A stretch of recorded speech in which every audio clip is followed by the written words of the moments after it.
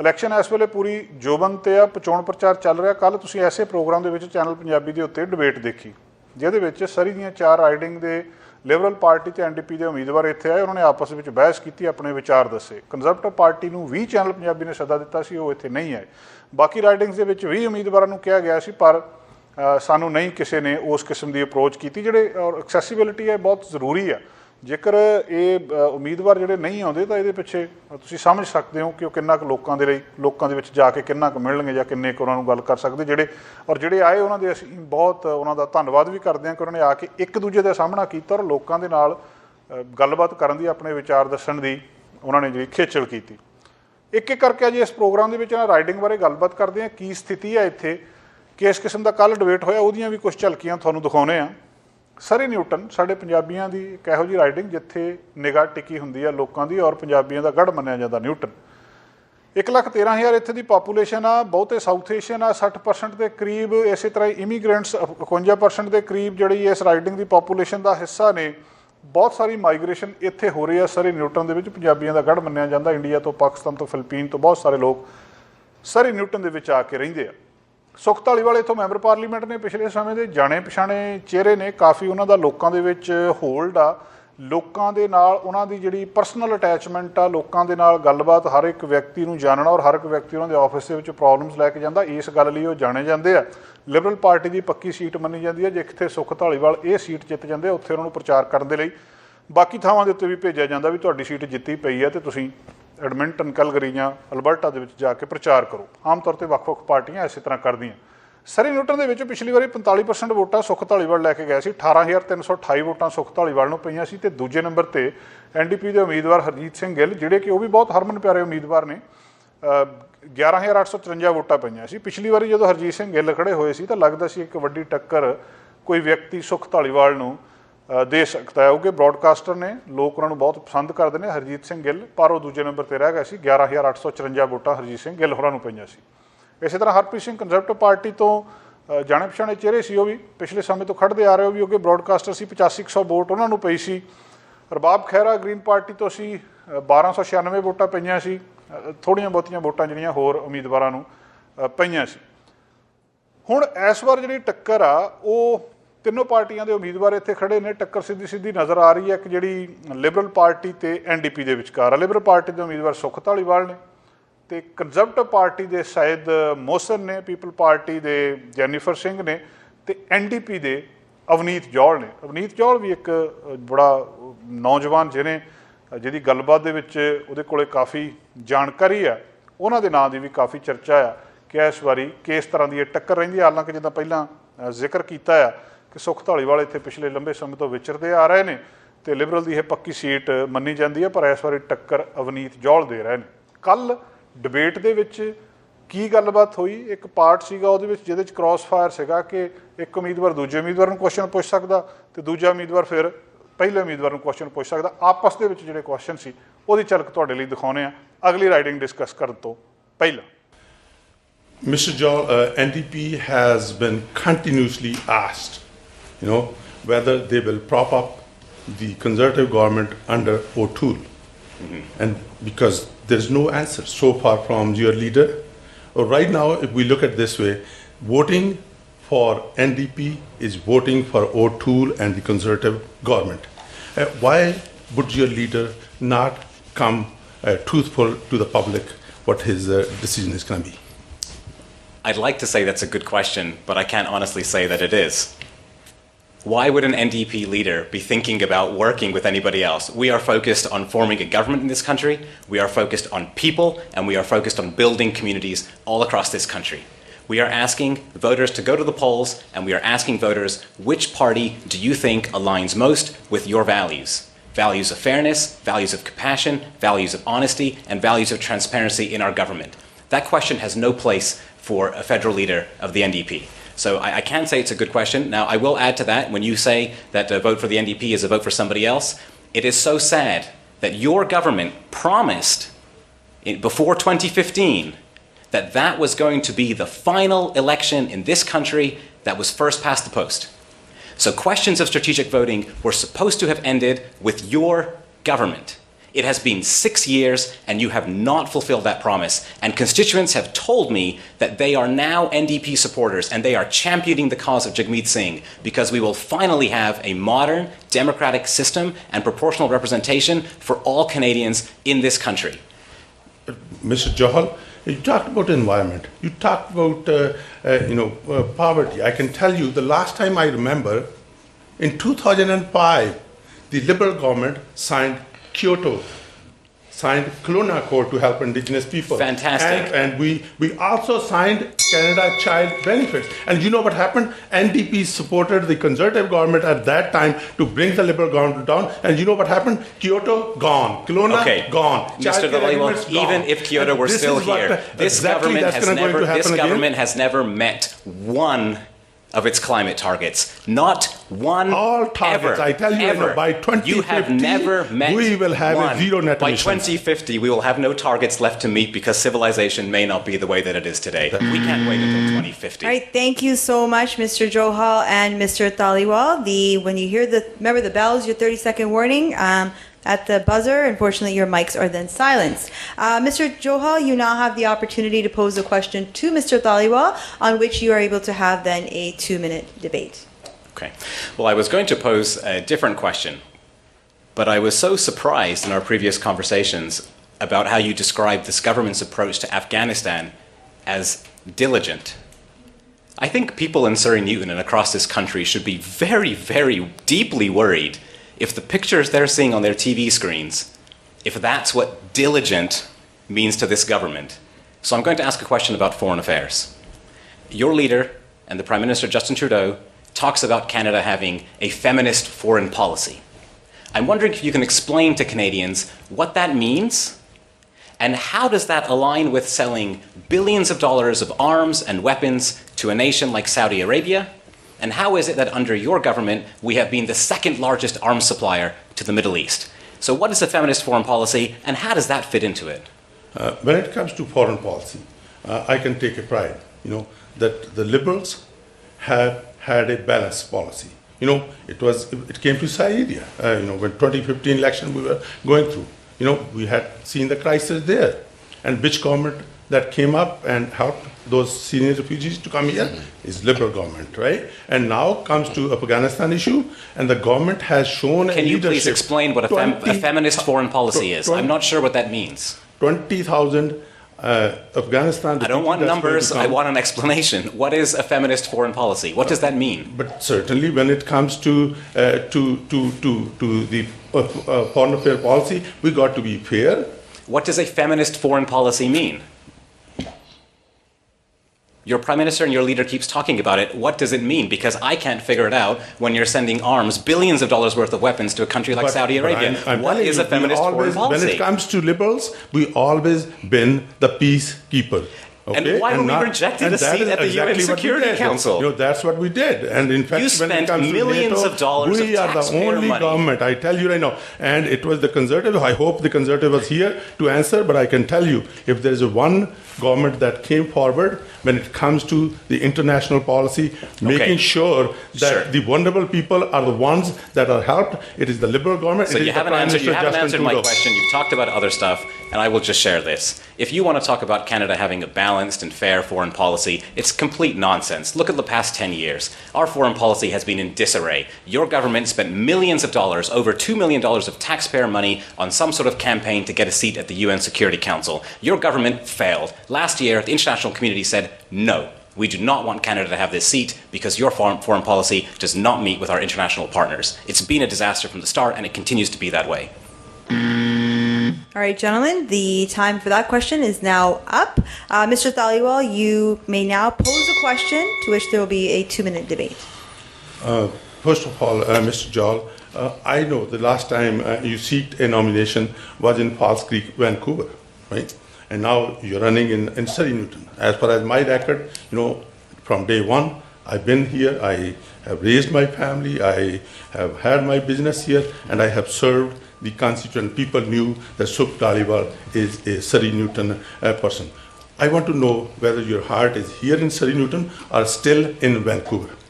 Okay, it's a fine question, and I'm really glad you've asked. What you're talking about are challenges that are faced by so many young people in Surrey. It is unfortunate, and I would say sad, that so many people are forced out of the community to find gainful employment, to find jobs that pay a good wage, or to find an affordable place to live. And so if you are suggesting in some way that I should be penalized or criticized for making my way through this world and doing what I can to support my family, shame on you, sir. It's really offensive for you to say that to young people, if you can't find a place to grow, live, and support your family in Surrey. Is it your heart here or is it in Vancouver? What you have I'm not telling you to move, but I'm just still asking. You have not answered because you seeked the nomination in Falls Creek in Vancouver. I did. And all I'm asking is a simple question. Is your heart still in Vancouver or your heart is here in my heart Surrey will always be with my community, and for the past 15 years I have been active. Is it community here in Surrey Newton? For the past 15 years I have been active with the NDP in Surrey Newton. I have worked on provincial campaigns, I have worked on federal campaigns, I have run local youth leadership camps in Surrey, I have played ice hockey in Surrey, my home is in Surrey, my family is in Surrey, my community is in Surrey, and it is offensive and shameful for you to suggest anything otherwise because I have had to move so I can be closer to my work. I asked you a simple question, and you still haven't said. And you know what the answer is. In Falls Creek, was your heart in Vancouver or in Surrey Newton? And I can tell you, my record is very clear. Your record is my very elderly clear. parents lived here. I ran the business and still run the business. Employed 20 local people right here. My family is a small business. My family is a small business family here in Surrey Newton. And to all the young people out there, you can go wherever you need to go to make your way in this world. Your home can still be, and your heart can still be right here in Surrey, right here in Surrey Newton. Okay, gentlemen, right on the buzzer. We thank you both for that. We will now have our final question of the crossfire round, which Mr. Johal, you can pose to Mr. Dhaliwal. Well, Mr. Dhaliwal, you've talked about all sorts of issues, whether it be about our democracy, whether it be about where I've needed to go for employment or to find a place to live. And I want to talk about what the constituents here in Surrey Newton are talking to me about every single day.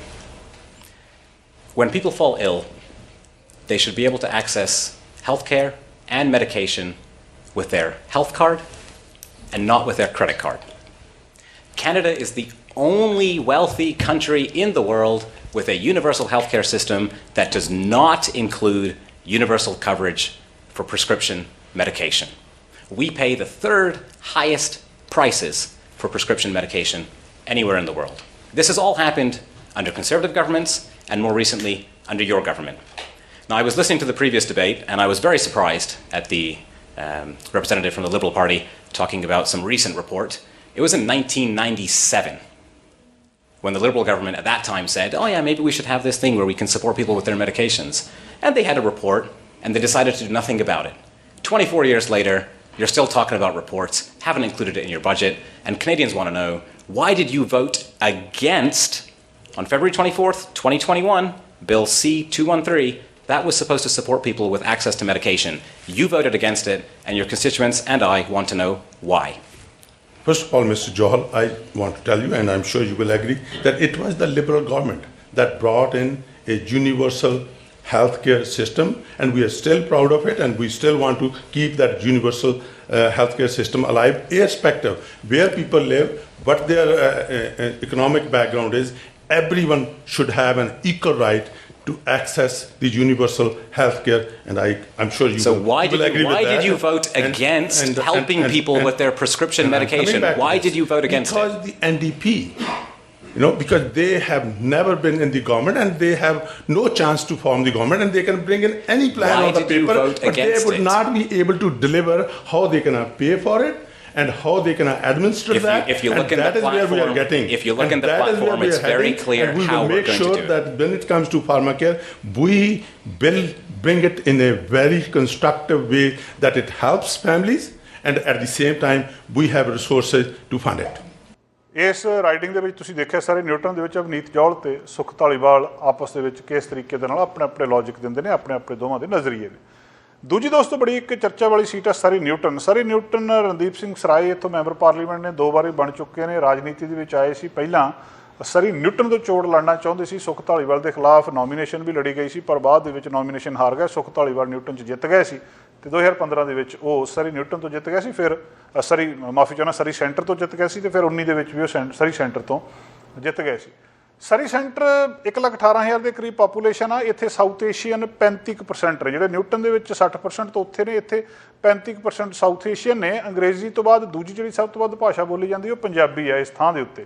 Immigrants ਇੱਥੇ ਵੀ ਬਹੁਤ ਨੇ, 48% ਦੇ ਕਰੀਬ ਇੱਕ ਵੱਡਾ group ਆ immigrants ਦਾ ਇੱਥੇ, ਜਿਹੜਾ ਇੰਡੀਆ, ਇਰਾਕ ਜਾਂ ਫਿਲੀਪੀਨ ਤੋਂ ਹੋਰ ਥਾਵਾਂ ਦੇ ਉੱਤੇ ਆਉਂਦੇ ਆ। ਰਣਦੀਪ ਸਿੰਘ ਸਰਾਏ ਲਿਬਰਲ ਪਾਰਟੀ ਦੇ ਇੱਥੋਂ ਮੈਂਬਰ ਪਾਰਲੀਮੈਂਟ ਨੇ 15 ਤੋਂ ਫਿਰ 19 ਦੇ ਵਿੱਚ ਜਿੱਤੇ ਸੀ, 37% ਦੇ ਕਰੀਬ ਵੋਟਾਂ ਲੈ ਗਏ ਸੀ। ਰਣਦੀਪ ਸਿੰਘ ਸਰਾਏ ਨੂੰ 15,266 ਵੋਟਾਂ ਪਈਆਂ ਸੀ ਇਸ ਥਾਂ ਤੋਂ। ਸਰਜੀਤ ਸਿੰਘ ਸਰਾਂ ਜਿਹੜੇ NDP ਦੇ ਉਮੀਦਵਾਰ ਸੀ, ਨਵੇਂ ਉਮੀਦਵਾਰ ਸੀ, ਇਸ ਵਾਰ ਉਹ ਵੀ ਨਹੀਂ ਖੜੇ। 11,166 ਵੋਟਾਂ ਉਹਨਾਂ ਨੂੰ ਪਈਆਂ ਸੀ। ਸੋ 15,000 ਦੇ ਕਰੀਬ ਤੇ 11,000 ਦੇ ਕਰੀਬ 4,000 ਵੋਟ ਦਾ ਫਰਕ ਸੀਗਾ। ਹਾਲਾਂਕਿ ਪਾਪੂਲੈਰਿਟੀ ਰਣਦੀਪ ਸਿੰਘ ਸਰਾਏ ਦੀ ਬਹੁਤ ਸੀ, ਪਰ ਸਰਜੀਤ ਸਿੰਘ ਸਰਾਂ ਵੀ ਇੱਕ ਵੱਡਾ, ਜਿੰਨੀ ਆਸ ਕੀਤੀ ਜਾਂਦੀ ਸੀ ਉਹ ਤੋਂ ਵੱਡਾ ਹਿੱਸਾ ਵੋਟਾਂ ਦਾ ਲੈ ਗਿਆ ਸੀ ਤੇ ਜਿਹੜੀ ਜ਼ਬਰਦਸਤ ਉਹਨਾਂ ਨੇ ਟੱਕਰ ਦਿੱਤੀ ਸੀ। ਟੀਨਾ ਬੈਂਸ 10,000 ਵੋਟ ਲੈ ਗਏ ਸੀ, ਉਹ ਵੀ ਬਿਲਕੁਲ ਨੇੜੇ ਸੀ ਕੰਜ਼ਰਵੇਟਿਵ ਦੇ। ਤੇ ਗ੍ਰੀਨ ਪਾਰਟੀ ਦੇ ਜੌਨ ਵਰਿੰਗ 2500 ਵੋਟ ਉਹ ਲੈ ਗਏ ਸੀ। ਜਸਵਿੰਦਰ ਸਿੰਘ ਦਲਾਵਰੀ ਖੜੇ ਸੀ PPC ਵੱਲੋਂ, 700 ਵੋਟ ਉਹਨਾਂ ਨੂੰ ਵੀ ਮਿਲ ਗਈ ਸੀ। ਹੁਣ ਇਸ ਵਾਰੀ ਜਿਹੜੀ ਪੋਜੀਸ਼ਨ ਆ, ਰਣਦੀਪ ਸਿੰਘ ਸਰਾਏ ਦਾ ਮੁਕਾਬਲਾ ਦੋਵਾਂ ਦੇ ਨਾਲ ਮੰਨਿਆ ਜਾ ਰਿਹਾ।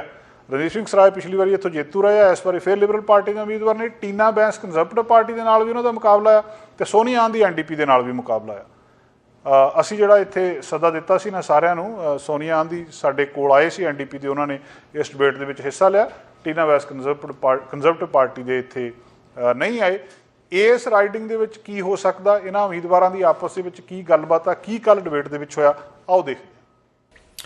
Sonia, Quebec's Bill C-21 is seen by visible minorities, particularly people like myself who wear a turban and have visible religious headgear, as a very discriminatory and infringement on their constitutional rights. All parties have condemned this act, but many have chosen not to take a strong action. In fact, the only one leader has said that they will take this, they'll take this federally if all other measures fail, and that is Justin Trudeau.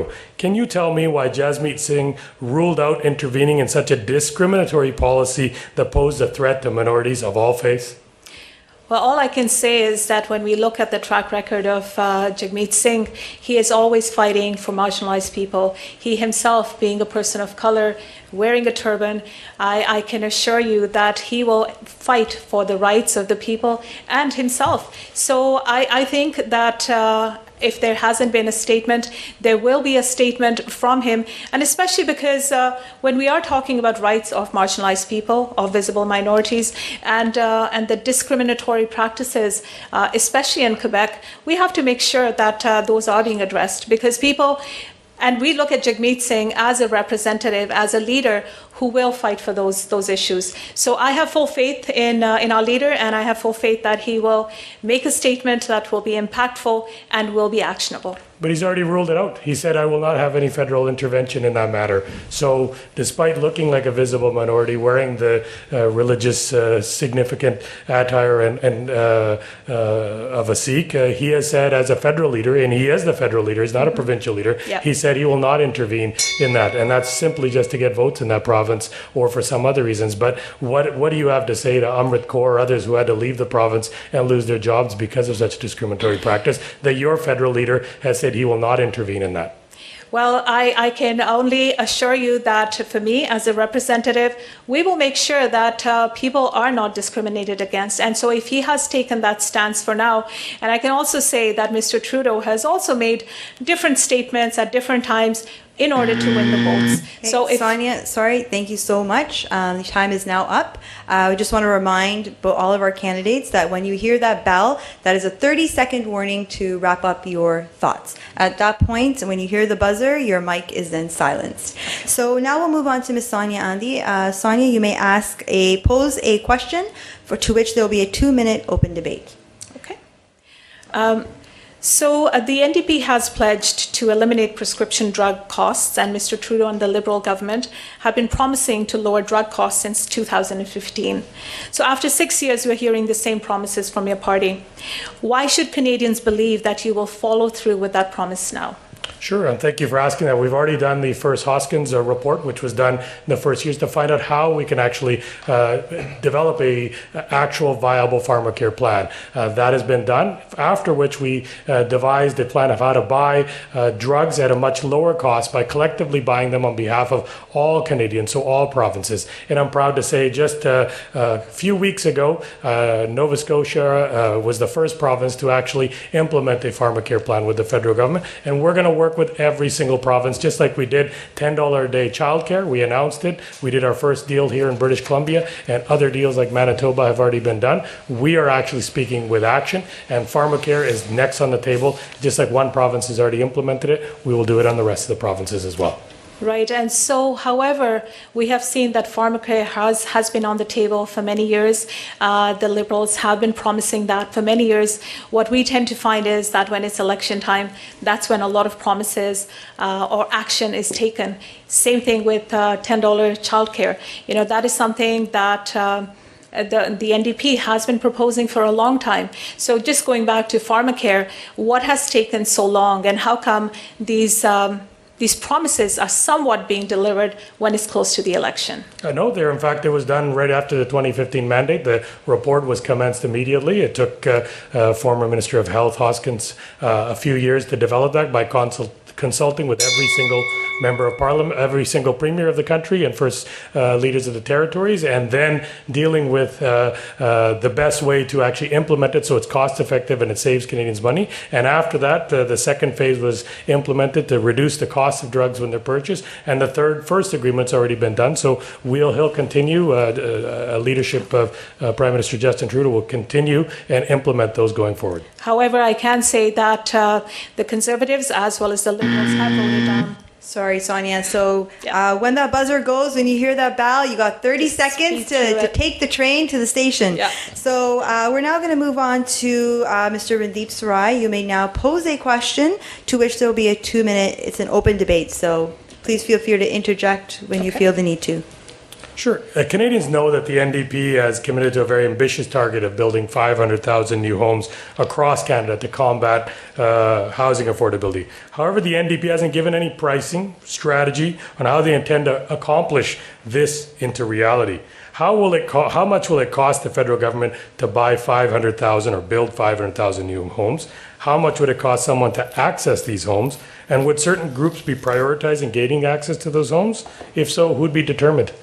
So I can definitely say that the NDP has a plan for funding the proposals that are being put forth. And the big one is that we want to make sure that we're taxing the ultra-rich, the big corporations that rarely contribute, that rarely pay any taxes. So there is a huge amount of money that has lied, that has not been accessed for the average Canadian. So we're always concerned about how the average Canadian and their taxes will be increased. So that is where I feel the money will come from. But of course, the details will be released later, but I can say that in fact, the NDP is the only party that has a plan for how these proposals will be funded. Whereas when we look at the Liberals or the Conservatives, there really is no plan about how all of these the actions or the promises will be delivered to Canadians. I've looked at your plan. I've went through the NDP platform even today prior to coming. I could see no cost in it. I saw no plan in it. I don't know how much it's going to cost. Your platform's already out. Ours is expected to come out shortly. So how is a Canadian to decide on what your plan's going to be? How can they know what it's going to cost, how much you're going to get from the ultra-rich, and how much is it going to cost to build those houses, and where are you going to get the resources to do it, and how much will it cost? I'm baffled at that because you've already unveiled your platform, but there is no numbers in there. Right, and I think what is really telling is that the Liberals have still not unveiled their platform. We're 2 weeks into the election, and we still don't know what the Liberals stand for. Well, we have a national housing strategy. We've committed $70 billion. $3 billion has already come in British Columbia. Hundreds of homes have already been developed here in Surrey for affordable housing. We've had transitional homes for women. We've had homes for at-risk youth. But I don't see any dollar, any amount at all under the NDP plan. And so I'm still baffled to see where you're going to get the money and how much it's going to cost. We have a plan, and we have actually unveiled that in our platform, whereas the Liberals have not come up with this. All right, so we are now going to move on to the last question of the crossfire round. Ms. Sonia Gandhi, you may now pose your question, which will be open again to a 2-minute debate. Okay. So the Liberal and Conservative parties having a track record of giving the ultra-rich a free ride. You voted against taxation. You've allowed billionaires to get richer through the pandemic. How is your party planning to make life affordable for Canadians? How will you pay for the supports we desperately need? So I can proudly say that we've lifted 1.3 million people out of poverty in the last 6 years. 435,000 children out of poverty, 900,000 adults out of poverty. This is real numbers. It's been the largest poverty reduction ever in the history of Canada. This is the type of real numbers that need to be seen. I remember when I got elected in 2015, several schools had breakfast programs where kids were coming to school, skipping a meal, putting water instead of milk in their cereals. We don't have that severity of the problem anymore. We had a street that had, we had a strip where there was tent city in it. We immediately had 160 modular homes, 250 permanent now homes. We've actually delivered concrete results. In the pandemic, we showed that when a government is needed and needs to be relied on at the most, we can deliver. And therefore, we've actually brought over 750,000 jobs back. Of the 3 million that were unemployed due to COVID, 2.75 have already gone back to the jobs. And in BC, I can proudly say we have the same record low unemployment rate that was prior to the pandemic. I think these numbers are really great to hear, but when we're looking at people on the streets, when we're looking at the people in Surrey Centre, the people that I work with on a daily basis, those numbers really mean not much. When I'm working with clients whose children are going home hungry, and all we're able to do is give them gift cards to just make them last for a day or two. So those numbers may be impressive, Mr. Sarai, but I don't think it's enough. I really think that we have to... $100 million, just I can give in Surrey Centre alone, $109 million annually for Canada Child Benefits for the most needy. It's tax-free. It goes directly to the parents, and it goes directly to those children for their benefit. That is unprecedented. Under the Conservatives, that funding was taxed. So at the end of the year, you had to pay taxes. We've doubled and tripled that funding, and it's been the most robust funding for children and families. I think we have to look at the real. ਅਗਲੀ riding ਦੋਸਤੋ ਸਰੀ Fleetwood. ਸਰੀ Fleetwood ਵੀ ਇੱਕ ਕਾਫੀ ਦਿਲਚਸਪ riding ਆ। ਇੱਥੇ Liberal ਤੇ conservative ਦੋਵਾਂ ਦਾ ਆਪਸ ਦੇ ਵਿੱਚ ਕਾਫੀ ਫਸਵੀਂ ਟੱਕਰ ਹੁੰਦੀ ਆ। 1,16,000 ਪਾਪੂਲੇਸ਼ਨ ਆ ਇੱਥੋਂ ਦੀ। ਸਾਊਥ ਏਸ਼ੀਅਨ ਇੱਥੇ ਘੱਟ ਨੇ, 30% ਦੇ ਕਰੀਬ ਸਾਊਥ ਏਸ਼ੀਅਨ ਨੇ। ਮਲਟੀਪਲ ਮਿਨੋਰਿਟੀ ਵੀ ਹੈਗੀ ਆ, ਵਿਜ਼ੀਬਲ ਮਿਨੋਰਿਟੀ ਵੀ ਆ। ਇੱਥੇ 2019 ਦੇ ਵਿੱਚ ਕੈਨ ਹਾਰਡੀ ਇੱਥੋਂ ਚੋਣ ਜਿੱਤੇ ਸੀਗੇ ਤੇ ਕੰਜ਼ਰਵੇਟਿਵ ਦੇ ਕੈਂਡੀਡੇਟ ਜਿਹੜੇ ਸ਼ਿੰਦਰ ਪੁਰੇਵਾਲ ਸੀ ਉਹ ਹਾਰ ਗਏ ਸੀ, ਦੂਜੇ ਨੰਬਰ ਦੇ ਉੱਤੇ ਰਹੇ ਸੀ। ਫਰਕ ਬਹੁਤ 3.9% ਦੇ ਨਾਲ। NDP ਐਨੀ ਓਹਾਨਾ ਸੀਗੇ, ਤੀਜੇ ਨੰਬਰ ਦੇ ਉੱਤੇ ਰਹੇ ਸੀ ਤੇ ਕੈਨ ਹਾਰਡੀ ਨੂੰ 18,545 ਵੋਟਾਂ ਪਈਆਂ ਸੀ ਤੇ ਦੂਜੇ ਨੰਬਰ ਤੇ ਸ਼ਿੰਦਰ ਪੁਰੇਵਾਲ ਆਏ ਸੀ, ਉਹਨੂੰ 16,646 ਵੋਟਾਂ ਪਈਆਂ ਸੀ। ਥੋੜ੍ਹੀਆਂ ਵੋਟਾਂ ਦੇ ਫਰਕ ਨਾਲ ਹੀ ਕੰਜ਼ਰਵੇਟਿਵ ਪਾਰਟੀ ਦੇ ਉਮੀਦਵਾਰ ਇੱਥੋਂ ਹਾਰ ਗਏ ਸੀ। ਐਨੀ ਓਹਾਨਾ 10,000 ਵੋਟ ਉਹ ਵੀ ਇੱਥੋਂ ਨਿਊ ਡੈਮੋਕ੍ਰੈਟਿਕ ਪਾਰਟੀ ਦੇ ਲੈ ਗਏ ਸੀ। ਕੱਲ੍ਹ ਜਿਹੜੀ ਇੱਥੇ ਡਿਬੇਟ ਹੋਈ ਆ ਉਹਦੇ ਵਿੱਚ ਸਾਡੇ ਕੋਲ ਜਿਹੜੇ ਇਸ ਵਾਰੀ ਉਮੀਦਵਾਰ ਸੀਗੇ ਕੈਨ ਹਾਰਡੀ ਲਿਬਰਲ ਪਾਰਟੀ ਦੇ ਉਮੀਦਵਾਰ ਨੇ, ਪਿਛਲੀ ਵਾਰ ਦੇ ਜੇਤੂ ਨੇ, ਉਹ ਆਏ ਸੀ। ਕੰਜ਼ਰਵੇਟਿਵ ਪਾਰਟੀ ਦੇ ਇੱਥੇ ਡੇਵ ਹੇਅਰ ਨੇ, ਉਹਨਾਂ ਨੂੰ ਵੀ ਸੱਦਾ ਦਿੱਤਾ ਗਿਆ ਸੀ, ਉਹ ਨਹੀਂ ਆਏ। NDP ਦੇ ਇੱਥੇ ਜਿਹੜੇ ਇਸ ਥਾਂ ਤੋਂ ਰਾਜਪ੍ਰੀਤ ਤੂਰ ਉਹ ਇੱਕ ਉਮੀਦਵਾਰ ਨੇ, ਉਹ ਵੀ ਕਾਫੀ ਜ਼ਬਰਦਸਤ ਇੱਥੋਂ ਟੱਕਰ ਸਮਝੀ ਜਾ ਰਹੀ ਹੈ ਕਿ ਉਹ ਟੱਕਰ ਦੇਣਗੇ ਇਹਨਾਂ ਨੂੰ।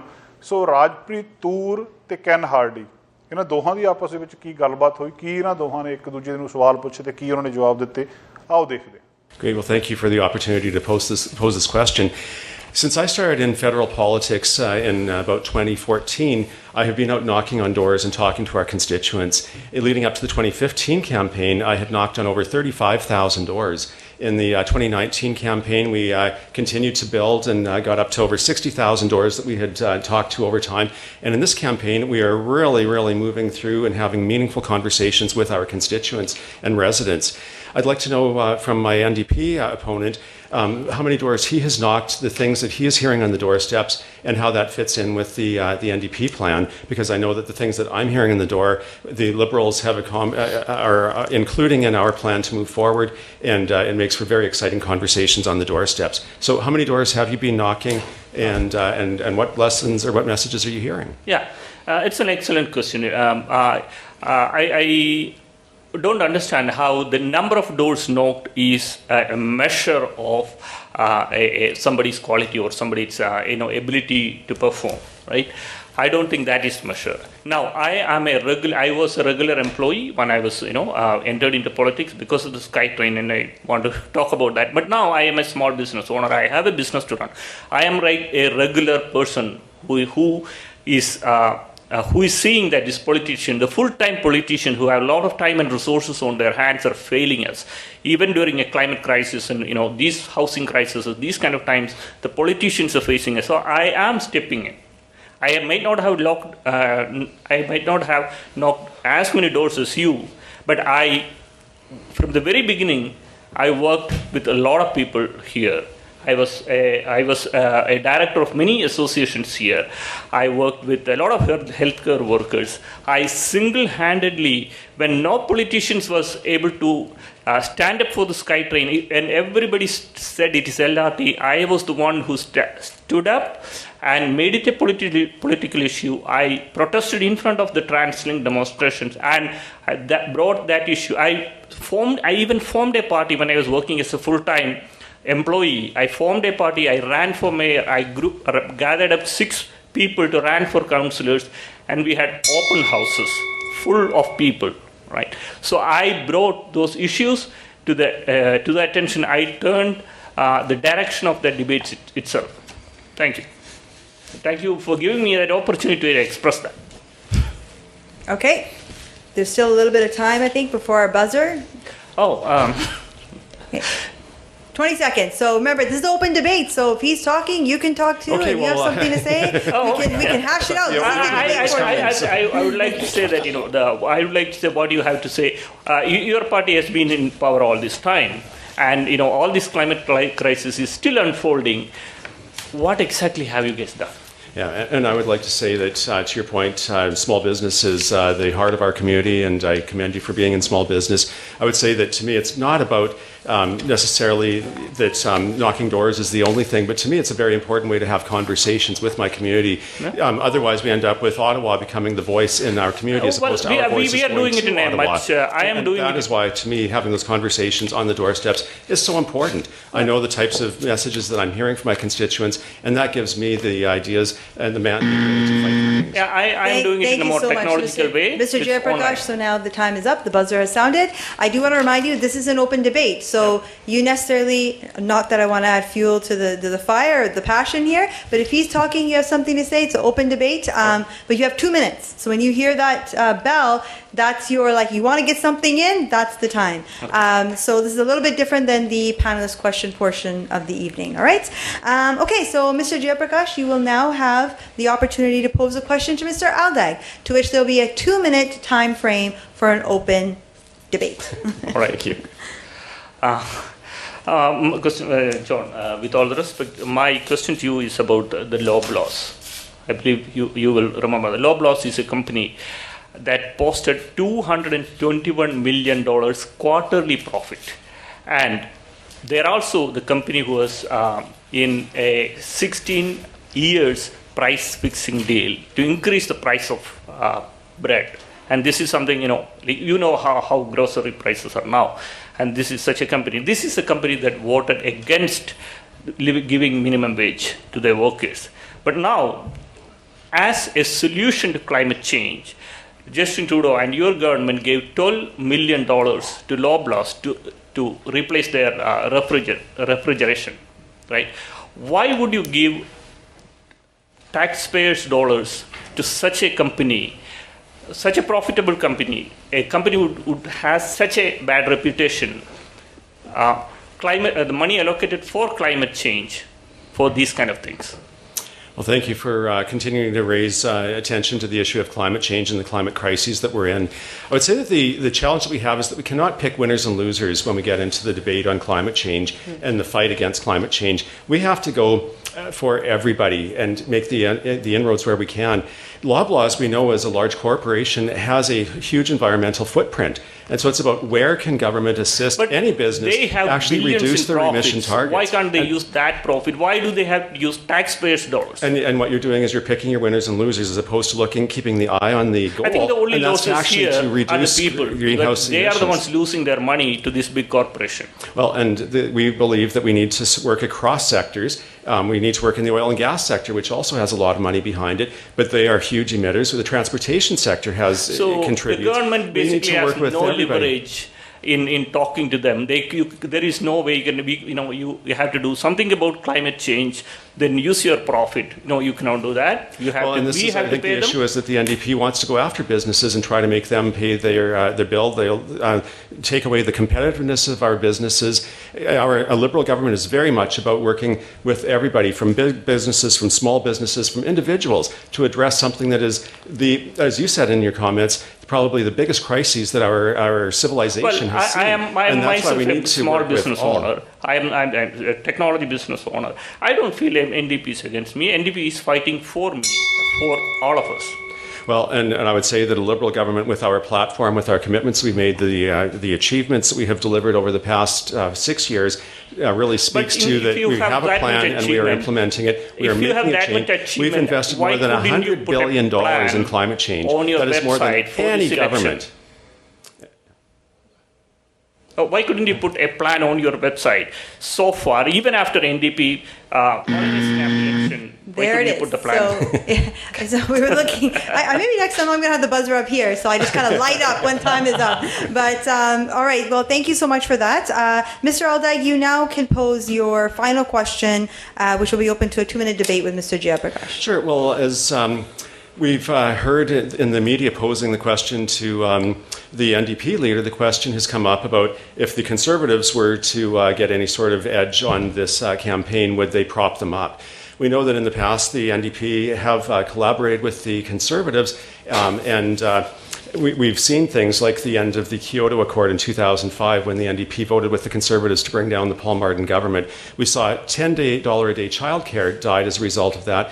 We saw other agreements that were so important to our country. And it was through that collaboration of the Conservatives with the NDP supporting that we're now waiting almost 20 years for these things. And so the question I have is, where is your leader standing on who he will support as we come out of this, and assuming that, or hoping that a Liberal government is formed, will the NDP work with us to advance an aggressive legislative agenda to deal with the needs that Canadians have as we come out of this pandemic and work towards building a new normal? Yeah, it's absolutely good to have. I think everybody needs to have hope. You guys can hope that you are going to form the government. That's your hope. It's not everybody's hope. I think the people have seen enough. People of this country have seen that you're calling a snap election in the middle of a pandemic, in the middle of wildfires.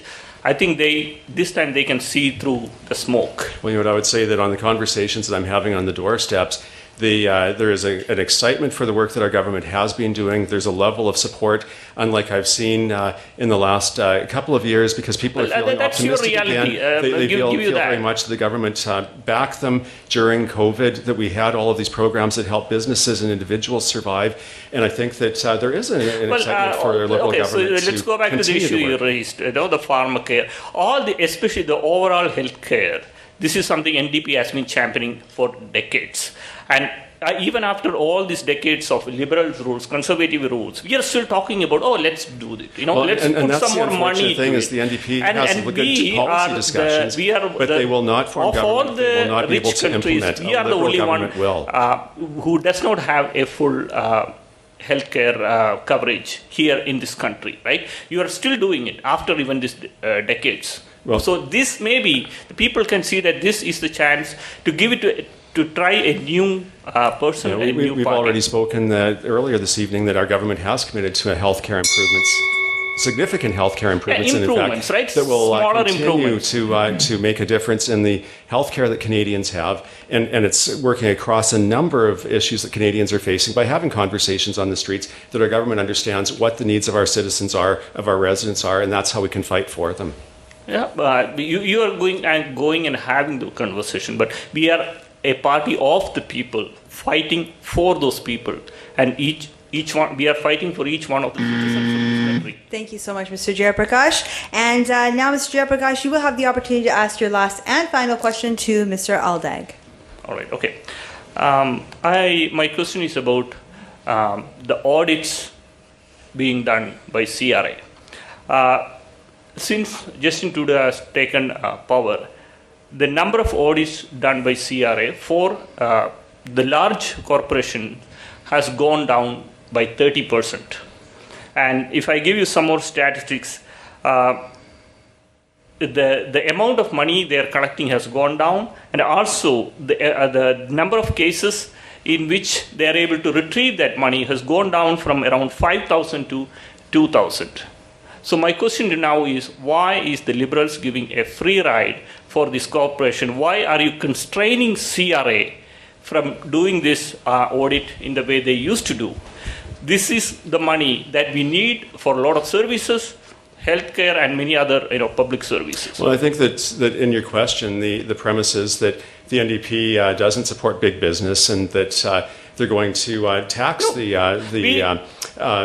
profitability out of businesses. And no, what we want to see tax evasion that we are talking about. We want to see very much that the businesses pay their fair share, that they contribute to society, that they pay their taxes. And we do have audits that do happen, and we make sure that Canadians are paying their taxes. But right now, where we have focused in the last year, but you still have not answered the question. You still have not answered the numbers. Right. Well, and you're an MP, right? No, you have been an MP. Well, but I haven't been for 2 years, and so I can't speak to exactly what's been going on right now. I'm a common guy and never been an MP. I can talk about the numbers. Yeah. Well, and what I'm saying is that our government has been very focused on the pandemic and on helping businesses survive. I've been out in the community talking to so many businesses to say that they would have had to lock up shop and lay off all of their employees if it wasn't there for the programs that our government had provided them. As a result of that, as we come out of the pandemic, they are hiring their employees back, they retain them, they don't have to do the retraining. Our economy is recovering the jobs that we lost, and there will be greater economic wealth as we come through this. The companies are going to be prospering, and that's because our government was there for them during a very, very tough small time. Business owner doing those things, right? We know, I'm in the network, we know what's happening. You're just going and talking to them and then relaying that information. That's all right. Well, like I say, our government will continue to work with businesses, big and small, to make sure that... But you still don't have an answer on why the CRA is being constrained and why these big corporations are being let loose with their tax evasion. You don't have an answer, I suppose. The CRA has its mandate. It operates without political interference from the elected officials, and they set their priorities on where they're going to be conducting their business. I think it's very dangerous if elected officials start telling them how to do their business and what business or individual to single out. Cloverdale Langley City ਇਹ riding ਦੇ ਉੱਤੇ ਵੀ ਕਾਫੀ ਬਹੁਤ ਨੇੜਿਓਂ ਦੇਖੀ ਜਾਂਦੀ ਹੈ। ਇਹ riding ਪੂਰੇ ਮੈਟਰੋ ਵੈਨਕੂਵਰ ਦੇ ਵਿੱਚ ਉਸ ਇਲੈਕਸ਼ਨ ਨਾਈਟ ਦੇ ਵੇਲੇ ਵੀ ਪਿਛਲੀ ਵਾਰੀ ਜਿਹੜੀ ਸੀਗੀ ਉਸ ਵੇਲੇ ਕਲੋਵਰਡੇਲ ਲੈਂਗਲੀ ਸਿਟੀ ਵਾਲੀ ਇਹ ਰਾਈਡਿੰਗ ਨੂੰ ਬਹੁਤ ਨੇੜਿਓਂ ਦੇਖਿਆ ਗਿਆ ਸੀ। ਸਭ ਤੋਂ ਵੱਧ ਲੋਕਾਂ ਨੇ ਦੇਖਿਆ ਸੀ, 1,17,000 ਦੇ ਕਰੀਬ ਇੱਥੇ ਲੋਕ ਨੇ। 64% ਯੂਰਪੀਅਨ ਨੇ ਇੱਥੇ, ਸਾਊਥ ਏਸ਼ੀਅਨ 14% ਨੇ। ਸਾਊਥ ਏਸ਼ੀਅਨ ਦੀ ਗਿਣਤੀ ਘੱਟ ਆ। ਕੰਜ਼ਰਵੇਟਿਵ ਟਮਾਰਾ ਜੈਨਸਨ ਇੱਥੋਂ ਜੇਤੂ ਸੀ 2019 ਦੇ ਵਿੱਚ, ਫਰਕ ਸਿਰਫ 1400 ਵੋਟ ਦਾ ਸੀ। ਪਤਾ ਨਹੀਂ ਲੱਗਦਾ ਸੀ ਕਿ ਲਿਬਰਲ ਦੇ ਜੌਨ ਐਲਡਕ ਜਿਹੜੇ ਪਹਿਲਾਂ ਇੱਥੋਂ ਮੈਂਬਰ ਪਾਰਲੀਮੈਂਟ ਸੀ ਉਹ ਜਿੱਤਣਗੇ ਜਾਂ ਟਮਾਰਾ ਜੈਨਸਨ ਨੇ ਜਿੱਤਣਾ। ਸੋ ਪਰ ਟਮਾਰਾ ਜੈਨਸਨ ਜਿੱਤ ਗਈ ਸੀ।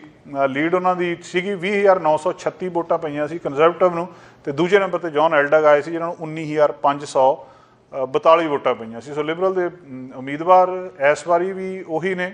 ਟਮਾਰਾ ਜੈਨਸਨ ਨੂੰ ਵੀ ਸੱਦਿਆ ਗਿਆ ਸੀ, ਬੇਨਤੀ ਕੀਤੀ ਗਈ ਸੀ, ਉਹਨਾਂ ਨੇ ਬੇਨਤੀ ਦੇ ਉੱਤੇ ਉਹ ਨਹੀਂ ਆਏ। NDP ਦੇ ਉਮੀਦਵਾਰ ਨੂੰ 10,000 ਵੋਟ ਇਸ ਥਾਂ ਦੇ ਉੱਤੋਂ ਪਈ ਸੀਗੀ ਉਸ ਵੇਲੇ। ਅਤੇ ਇਸ ਵਾਰੀ ਜਿਹੜੇ ਉਮੀਦਵਾਰ ਨੇ, ਜਿੱਦਾਂ ਤੁਹਾਨੂੰ ਪਹਿਲਾਂ ਦੱਸਿਆ ਕਿ ਟਮਾਰਾ ਜੈਨਸਨ ਪਿਛਲੀ ਵਾਰ ਦੇ ਜੇਤੂ ਨੇ, ਉਹੀ ਕੰਜ਼ਰਵੇਟਿਵ ਦੇ ਉਮੀਦਵਾਰ ਨੇ। ਜੌਨ ਐਲਡਕ ਲਿਬਰਲ ਦੇ ਨੇ, ਅਤੇ ਨਵੇਂ ਉਮੀਦਵਾਰ ਨੇ ਰਜੇਸ਼ ਜੈ ਪ੍ਰਕਾਸ਼। ਇਹ NDP ਨੂੰ ਇਸ ਵਾਰੀ ਇਸ ਰਾਈਡਿੰਗ ਦੇ ਵਿੱਚ ਰਿਪਰੈਜ਼ੈਂਟ ਕਰ ਰਹੇ ਨੇ। ਇਹਨਾਂ ਉਮੀਦਵਾਰਾਂ ਦੀ ਆਪਸ ਵਿੱਚ ਕੀ ਗੱਲਬਾਤ ਹੋਈ, ਆਓ ਦੇਖਦੇ ਹਾਂ। The provincial NDP has never had a better partner than the federal Liberal Party when it comes to funding for programs, when it comes to innovating and really doing an awful lot to boost quality of life here in British Columbia. If we propose for a minute that the NDP were to form government or to prop up the Conservative Party, what would you think would be the prospects for that kind of relationship going forward? Mr. Hardy, we are here to form government, and we have a different view when we do form government. We're the Workers' Party, so we will be there for the people. We are there to support the people and do whatever we can for all Canadians, not just a certain percentage of Canadians. With respect, you do not have the national traction to form a government. And your leader has said that he has no problem in supporting the Conservative. This is back to the future, by the way, because this is exactly what happened in 2006 when Jack Layton and Stephen Harper brought down Paul Martin's government. And we ended up with 10 years of Conservatives. So, again, given that the best that can happen for you is some sort of coalition with the Conservatives, how do you think that's going to play out in BC? Mr. Hardy, I will have to look into that and I will get back to you. Okay. We don't have to wait for the bell or the buzzer. If you have something in addition to say, Mr. Hardy, you are able to.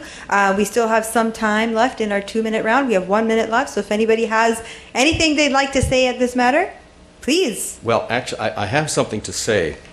And it does go to the person who's not here. The guy that should be over here right now, which is Dave Hare. Okay? Listen, I want to make something perfectly clear to Mr. Hare right now, that I have been proud to call Surrey my home for 21 years. I say that strongly for the benefit of my friend David Hare, who's claimed that I don't live in the riding. Well, this is my home, period. Continued claims that I live somewhere else, Dave, is going to further hurt your image as a person of integrity. Not showing up to here tonight also damages that, and I want that noted. Thank you. Okay, thank you so much, Mr. Hardy. Ms. Stewart, you will now have the opportunity to pose a question to Mr. Hardy. Upon there will be an opportunity for a 2-minute debate. I highly encourage both candidates to grasp that opportunity because voters have questions, we have concerns, and we want them addressed. So please, go ahead, Ms. Stewart. Mr. Hardy, I would like to ask why your party voted against pharmacare. We didn't vote against pharmacare. We voted against the version of it that the NDP was bringing forward. The NDP Can you please tell me what your version is? Has had actually a really good track record of coming up with things that are very aspirational, look very good. But when you lift the lid on it, you find they won't work. The problem with the NDP approach that they brought forward in the House of Commons is that it totally ignored the obligation to deal with the provinces. You can't impose something like that because constitutionally, healthcare is a provincial responsibility, so you have to negotiate with the provinces, and the NDP had showed no signs of even thinking about that, much less having the ability to do it. Can you please tell me what is in your platform when it's regarding to any sort of medicine for the Canadians? Yes, we are continuing work with pharmacare. In fact, there's a pilot program underway right now in Prince Edward Island that the Conservatives said that they would put an end to. As well, we've put money into a special account for people with very rare diseases where a dose can cost hundreds of thousands of dollars. We've also gone forward with something called Trikafta, pardon me. It's a special new therapy for people with cystic fibrosis. And so, piece by piece and issue by issue, we've come to the table with money, of course, that's the active ingredient, but also with innovation and coaxing out the things that will really make a difference for people. Can you please tell me what the time frame would be with that? Yes, the time frame is, well, for some of these it's within a few months, to be honest with you. The work on pharmacare is going to take a little longer because it is tough sledding with our provincial partners. But we have been working on what we call a formulary, that is, the drugs that are going to be covered by pharmacare. And we have, those negotiations going forward, which inevitably will come down to money and healthcare. Thank you so much, Mr. Hardy and Ms. Tour. We will now move on to Mr. Hardy. You may pose your final question to Ms. Tour, followed by a 2-minute debate, which the two of you did excellent on just previous, because we want to hear, we want to know. So, Mr. Hardy, please go ahead. I asked you to speculate on what the partnership with BC would be like if the NDP were to form government. What are your fears if the Conservatives do? Mr. Hardy, we are here to form a government without the Conservatives. We are here to form a government that will help the people of Canada, all the Canadians, not just a small percentage. And we will work for everyone. We are the Workers' Party. Well, I would question that. Certainly, you have not been the Workers' Party when it comes to the transition in the oil patch. You know, your opposition to the petrochemical industry has been very damaging, and your colleagues on the provincial level in Alberta have had a devil of a time trying to square the relationship with the National Party. But the fact is, and it is regrettable that one of two parties will form the next government. It'll be Liberal or it'll be Conservative. So which one do you want to work with more? Mr. Hardy, that is a question that we will tell you about at another time. I will get back to you. Well, I think that, and it pains me to say this, because when you look riding by riding, and you look at the fact that there's a progressive vote in Canada, right? These are people who believe in social justice and equity versus equality, which is the big thing with the Conservatives. And there are actually 3 or 4 parties. Thank you so much, Mr. Hardy and Ms. Tour. Ms. Tour, you now have the opportunity to ask and pose your last final question to Mr. Hardy. Mr. Hardy, can you please tell me what is your affordability platform when it comes to housing? There's actually 2 aspects to this. One is to obviously increase supply, which everybody says you have to do, and that involves building more housing. So we have the Rapid Housing Initiative that will put hundreds of units in place here in Surrey before the end of the year. But how much will those units be? Because under the Liberal government, the housing prices have increased, and people have been... They can't even buy a house now. It's a faraway dream for them. And that's the reason for that, of course, is that the government hasn't taken a hand in dealing with the prices of housing. That's the other piece. So we'll build more houses, right? Immediately and in the long run. But dealing with all of those forces that cause housing prices to go up, the speculators, I mean, people are speculating. They're treating a house as an investment, as opposed to a place where people live. And so where that speculation is damaging the housing market, we will step in and we will do something about that. We'll deal with the foreign money that's been coming in and bidding up the price. I'm sorry? Can you please let me know what's been going on with the housing prices, though, under the Liberal government? Well, the housing prices have been going up. There is no doubt about that. Part of it is the fact that, the people have been saving an awful lot of money during the pandemic. And as a matter of fact, there are more new people coming into the housing. But the housing prices are going up so much that people can't afford, like young people cannot afford a house anymore. A lot of young people actually are affording houses because they've been able to save during the pandemic. I don't think that they can save that much money during the pandemic. Okay, we have a few more seconds. Yes, keep going. There's many people that I've spoken to who are around my age and younger who are trying to buy a house, and they can simply not afford it. Well, this will be relieved with more housing, and especially with the kind of measures that we're going to bring in or proposing to bring in that will actually stop the essential things that are driving up the prices of housing. Is this actually going to take place, or are we just talking? ਸੋ ਦੋਸਤੋ, ਤੁਸੀਂ ਇਹ ਸਾਰੀ ਗੱਲਬਾਤ ਦੇਖੀ ਆ। 4 riding ਦੇ ਉਮੀਦਵਾਰਾਂ ਨੇ, ਜਿਨ੍ਹਾਂ ਦੇ ਵਿੱਚ ਕਿ NDP ਅਤੇ ਲਿਬਰਲ ਪਾਰਟੀ ਦੇ ਉਮੀਦਵਾਰ ਸੀਗੇ। ਉਹਨਾਂ ਨੇ ਆਪਸ ਦੇ ਵਿੱਚ ਇੱਕ ਬੜੀ ਸਾਰਥਕ ਬਹਿਸ ਕੀਤੀ, ਇੱਕ ਸਾਰਥਕ ਗੱਲਾਂ ਬਾਤਾਂ ਕੀਤੀਆਂ। ਇਹੀ ਡੈਮੋਕ੍ਰੇਸੀ ਦਾ ਇੱਕ ਜਿਹੜੀ ਬਹੁਤ ਕਮਾਲ ਦੀ ਗੱਲ ਆ, ਔਰ ਸਾਡੇ ਕੈਨੇਡਾ ਦੀ ਇਹ ਸੋਹਣੀ ਗੱਲ ਵੀ ਹੈ ਕਿ ਉਮੀਦਵਾਰ ਇੱਕ ਦੂਜੇ ਦੇ ਨਾਲ ਸਿੱਧੇ ਆ ਕੇ ਗੱਲਬਾਤ ਕਰਦੇ ਆ, ਆਪਣਾ ਆਪਣਾ ਪੱਖ ਰੱਖਦੇ ਆ, ਤੇ ਲੋਕ ਉਹਨਾਂ ਦੀ ਸਮਝ ਦੇ ਅਨੁਸਾਰ, ਉਹਨਾਂ ਦੀਆਂ ਪਾਰਟੀ ਦੀਆਂ ਨੀਤੀਆਂ ਦੇ ਅਨੁਸਾਰ ਆਪਣੇ ਫੈਸਲੇ ਦਿੰਦੇ ਆ। ਅੱਜ ਦਾ ਪ੍ਰੋਗਰਾਮ ਇੱਥੇ ਸਮਾਪਤ ਕਰਦੇ ਹਾਂ। ਕੱਲ੍ਹ ਫਿਰ ਤੁਹਾਡੇ ਨਾਲ ਮੁਲਾਕਾਤ ਹੋਏਗੀ। ਸਾਡਾ ਹਰ ਇੱਕ ਪ੍ਰੋਗਰਾਮ ਦੇਖਣ ਤੇ ਸਾਡੇ ਨਾਲ ਜੁੜਨ ਲਈ ਸਬਸਕ੍ਰਾਈਬ ਕਰੋ ਚੈਨਲ ਪੰਜਾਬੀ। ਤੇ ਨੋਟੀਫਿਕੇਸ਼ਨ ਲਈ ਬੈਲ ਆਈਕਨ ਵਾਲੇ ਬਟਨ ਤੇ ਕਲਿੱਕ ਕਰੋ।